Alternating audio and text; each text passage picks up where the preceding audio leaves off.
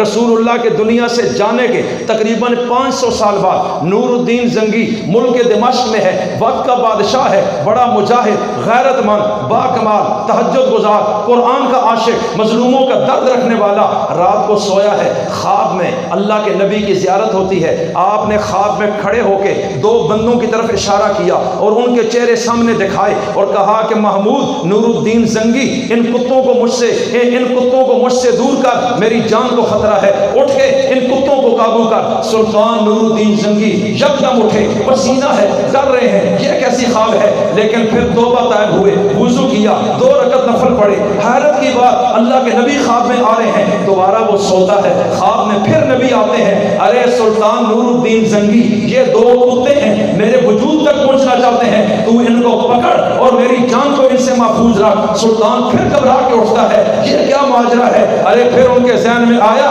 یہ کوئی ویسے ہی خواب و خیال نہ ہو۔ تیسری مرتبہ جب وہ سوتا ہے، پھر خواب میں رسول اللہ آتے ہیں کہ میں تجھے کہہ رہا ہوں ان 2 کتوں کو سنبھال لے، یہ میرے وجود تک پہنچنا چاہتے ہیں۔ سلطان اب اٹھا، سلطان کی پریشانی کا عالم کوئی نہیں تھا، رویا، پھر ڈرایا کہ سمجھ نہیں آتی ہو کیا رہا ہے۔ اس نے فوراً اپنے سب سے بڑے اور قریبی وزیر کو بلایا جس کا نام تھا جمال الدین موصلی، کہا ادھر آؤ، بڑا عجیب خواب ہے۔ تہجد کے ٹائم اس کے گھر پہنچ گیا کہ مجھے حضور سونے نہیں دے رہے، 3 مرتبہ مدینہ والی سرکار خواب میں آتی ہے، ان بندوں کا چہرہ مجھے دکھایا ہے، تو یہ کیا مسئلہ ہے، مجھے سمجھ نہیں آتی اس کی تعبیر کیا ہے۔ جمال الدین کہنے لگا میں سمجھ گیا ہوں، اس کے لیے مدینہ جانا پڑے گا۔ اس نے کہا فوراً انتظام کرو، لیٹ نہیں کرنا ہے۔ بادشاہوں کے شیڈول تو ملکوں کے پہلے بنتے ہیں، وہاں کے گورنروں کو پتہ چلتا ہے، پروٹوکول لگتے ہیں، لیکن انہوں نے کہا یہ بات اتنے راز کی ہے یہ مدینہ کے گورنر کو بھی پتہ نہ چلے، آپ خفیہ مشن پہ نکلیں۔ اس نے کہا گھوڑے تیار کرو، 20 گھوڑوں کا قافلہ تیار ہوتا ہے،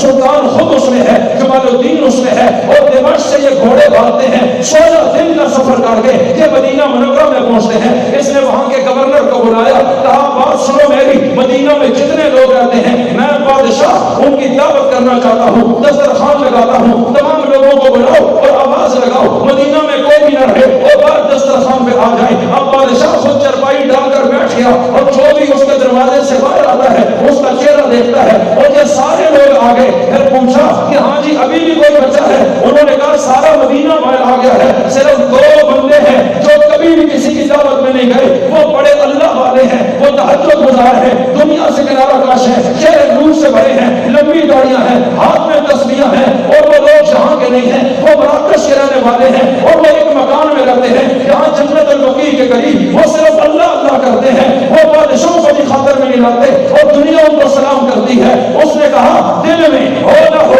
وہ یہی نہ ہو، اس لیے اس نے کہا ان کو بھی بلاؤ کہ بادشاہ ملنا چاہتا ہے۔ پھر کہا سنو اگر وہ نہیں آنا چاہتے، وہ بادشاہوں کو پسند نہیں کرتے، اتنے اللہ والے ہیں تو کوئی بات نہیں ہے، میرے ساتھ چلو، ہم خود ان کی زیارت کے لیے جاتے ہیں۔ ارے جب یہ یہاں سے چلے اور جا کر ان کو دیکھا، سلطان حیران رہ گیا، نبی نے جو 2 چہرے دکھائے تھے یہ انہی لوگوں کی شکلیں تھیں۔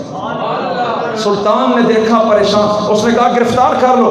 کون ہو؟ کہا مراکش کے رہنے والے۔ کیا کرتے ہو ادھر؟ کہا ہم صرف اللہ اللہ کرتے ہیں، حضور کے شہر میں رہنا چاہتے ہیں، نبی کے عاشق ہیں، یہیں مرنا چاہتے ہیں، زندگی کے دن گزار رہے ہیں، ہم اپنے نبی کے بغیر نہیں رہ سکتے، آپ مہربانی کریں ہمیں اپنے ہاتھ پہ چھوڑیں، ہمارا تعلق صرف روزے رسول کے ساتھ ہے، ہمیں لوگوں سے کچھ لینا دینا نہیں۔ اس نے کہا میں تمہیں بتا رہا ہوں، میں مار مار کر تمہیں نڈھال کر دوں گا، بتاؤ اندر کی اصل بات۔ گرفتار ہوئے، بادشاہ نے کہا کمرہ تو اتنا چھوٹا ہے، اس میں سامان ہی کوئی نہیں ہے، نظر تو آتا کچھ نہیں ہے۔ جب گرفتار کیا گیا پھر اس وقت وہ نیچے جو چٹائیاں تھی وہ اٹھائی گئی، نیچے ایک لکڑی کا تخت تھا، کہا اس کو اکھاڑو۔ جب اکھاڑا تو نیچے ایک سرنگ تھی جو انہوں نے کئی مہینوں سے کھودی، اور پھر وہ پانی کی مشق میں وہ اندر کی مٹی بھرتے اور باہر جا کر کمروں میں تھوڑی تھوڑی ڈالتے، لوگوں کو کبھی محسوس نہ ہوا۔ اور سلطان اس سرنگ میں گیا تو رسول اللہ کے قدموں تک پہنچ چکے تھے۔ نور الدین زنگی بے تحاشا رویا۔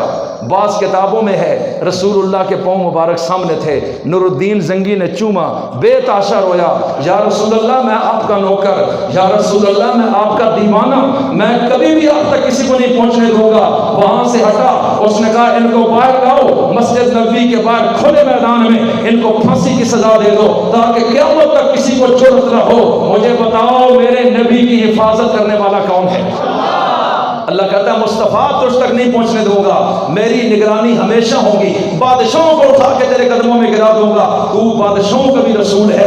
سنتے جائیے، سلطان مدینہ میں رہ گیا، اس نے کہا ابھی ہم یہاں سے ہٹیں گے نہیں جب تک ہم مستقل بندوبست نہ کریں۔ اس نے کہا جتنے ماہر ہیں دنیا کے بہترین قسم کے تعمیرات والے، کنسٹرکشن والے، ان کو بلا دیا جائے۔ فرمایا سنو، حضور کے روزے کے ارد گرد کچھ فاصلے پہ زمین کھودنا شروع کرو، اور اتنی کھودو کہ نیچے پانی تک پہنچ جاؤ، اور پھر اس کے بعد ان کو کہا کہ اس میں ایسی سیسا پلائی ہوئی دیوار بناؤ، ایسا مٹیریل ڈالو کہ یہ قیامت تک کاٹی بھی نہ جا سکے، آگ سے جلائی بھی نہ جا سکے، اور نیچے سے کبھی کوئی آ نہ سکے۔ سلطان نے وہ دیوار نیچے پانی تک بنائی، اور اس طرح میرے رب نے نبی کو قیامت تک محفوظ فرما دیا ہے۔ اللہ کہتا ہے قیامت تک اس قرآن کی بھی حفاظت کروں گا، قرآن والے رسول کی بھی حفاظت کروں گا۔